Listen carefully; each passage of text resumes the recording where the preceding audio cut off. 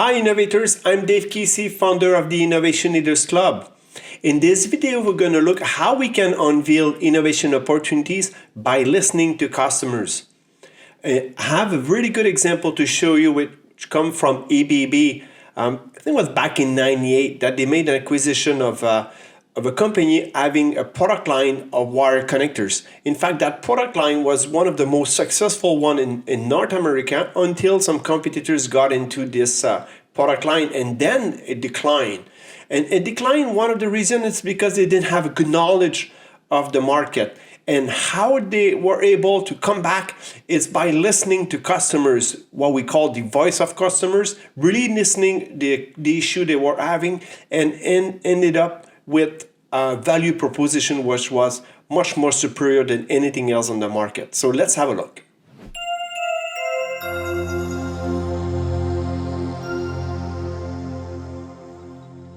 This video from the Innovation Leaders Club will elaborate on how to use the voice of customers to unveil innovation opportunities. One of the key activities in the front end of innovation is to listen to the voice of your customers. Learn how successful innovators used it and which techniques you should use. More precisely, the video will cover how ABB, a club member, used the voice of customers for many years and conducted multiple innovation successes, including the Marrette, which depicts the power of the voice of customers, as well as discuss the multiple techniques to gather the voice of customers and determines which and when to use one.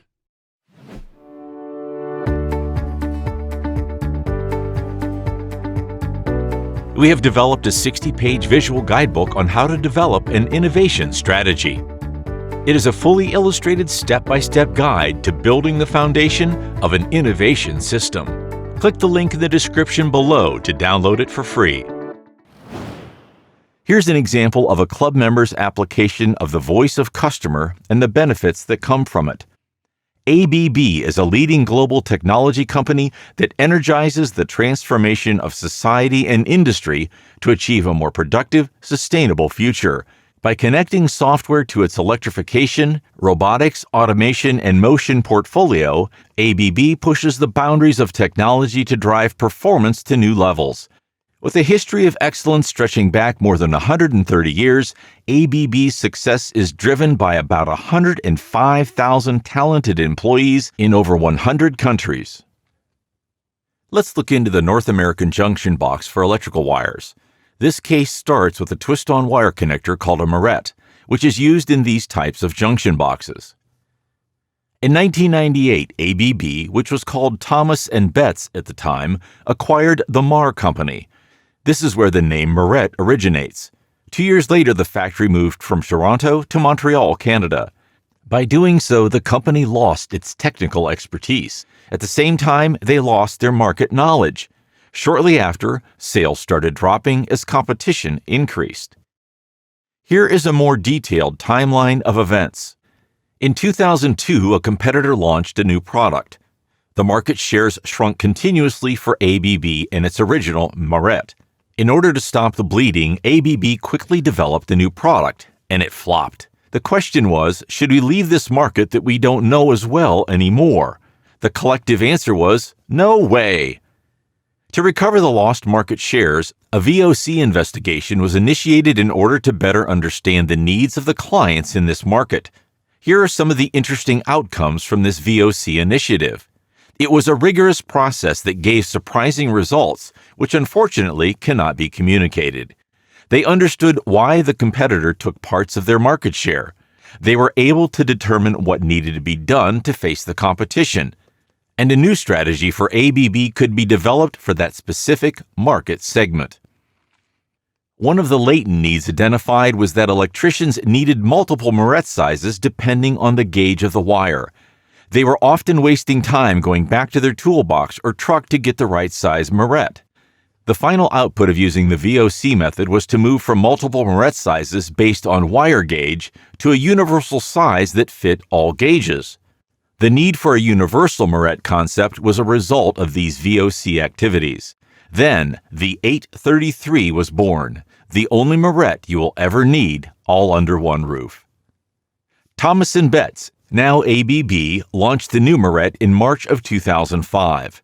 Product benefits were confirmed by the customer. 100% of the wow and 100% of the must-have. Last but not least, the reactions of the targeted market was quick, and the annual sales objectives were reached within just 2 months. ABB returned to the usual growth of the residential market. The VOC had impacts on multiple other product types afterward. New designs were reviewed according to the VOC, and a new marketing strategy was implemented, including a promotional video, new packaging, a dedicated website, a new pre-built product display, and more. In short, you have to get out of your office or laboratory and get closer to the field in order to have an inside look. Certainly, it is not a core practice among most club members to design and experiment to better understand customers and markets. Typical businesses much prefer to create, produce, and sell their products and services immediately. But when an organization assumes it knows what the customer wants, it increases the margin of error already induced by an innovative product. However, implementing a VOC approach requires time. This is why proactive innovation and a clear innovation cycle are considered a necessity. Now that we've just seen from the previous example that listening to customer can really become a competitive advantage. But we're going to be careful how we listen to customers because it depends on which stage are we in the development. So there are some specific tools that are very applicable at early stage, and there's other practices which apply more at the later stage. So let's have a look. There are multiple voice of customer techniques that can be used in the front end of innovation, but each is most efficient when used at the right moment. Secondary research is a research method that involves using already existing data. It is interesting because it provides an overview of the market trends and potential, but it usually lacks precision on the question of interest. Sometimes there is pre-existing free information, and in other cases, your organization may opt to buy specific marketing studies. Consequently, it is a preferred method early in the process, such as during the opportunity identification, since the level of information it will provide is sufficient. Afterwards, effectiveness fades away, since you will tend to have more precise questions that can't be answered with broad research. Client observation or ethnography is a type of qualitative research that involves immersing yourself in a particular community or organization to observe their behavior and interactions with the offering. Such an approach is best performed early in the process, since it helps to better understand how customers are using the offering, thus identifying the opportunity and when generating ideas. The purpose of client interviews is to collect enough information to identify a pain, problem, or need by directly interacting with the client. Thus, this technique is most performed early in the process, namely at the opportunity stage, and might be used to confirm some potential solution in the idea or concept phase. Focus groups involve a small number of demographically similar people or participants who have common traits. Their reactions to specific questions are studied. Such an approach is most efficient when an opportunity has already been identified and must be explored to generate insights, thus it falls in the idea phase. It can still be used in the opportunity phase, but grouping people to identify an opportunity is not the best approach.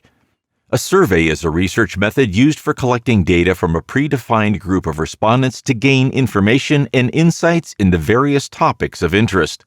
It is performed early in the process to identify an opportunity, but it is best when a concept must be validated, thus in the latter stage of the front end of innovation. Notice that VOC techniques are mainly used at the beginning of the front end of innovation, while the concept validation is performed with a minimum viable product on hand, namely called an MVP. Before we end this video, we're going to go through a famous quote from Henry Ford, who teaches us to go beyond the customer, what the customer is asking, but really getting into the customer needs. And that's not necessarily that hazy. We have in most cases, go outside of our organization. In some cases, we have to take the seats of our customers and going through ourselves through the pain that is going through. This is an example of how we can conduct a voice of customer investigation.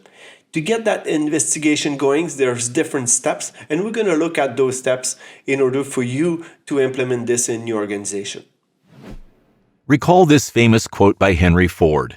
"If I had asked the public what they wanted, they would have said a faster horse."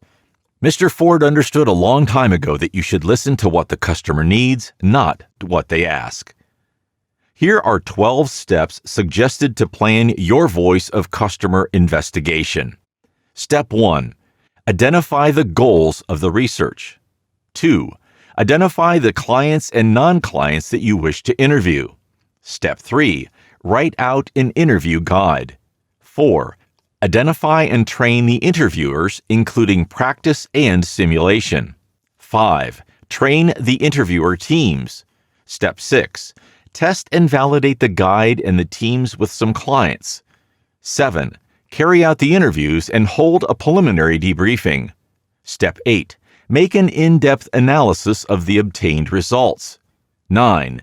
Translate the most significant results into expectations. Step 10. Structure and regroup the information. 11. Perform a qualitative validation with a client sample. And finally, step 12, use the validation results to craft the product strategy. I'm going to end this video with something very interesting that I've learned many years ago.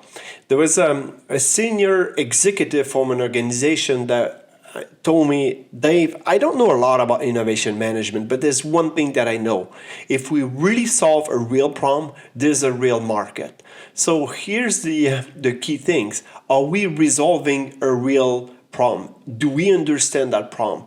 And if we are capable of solving that problem, then there is a real opportunity.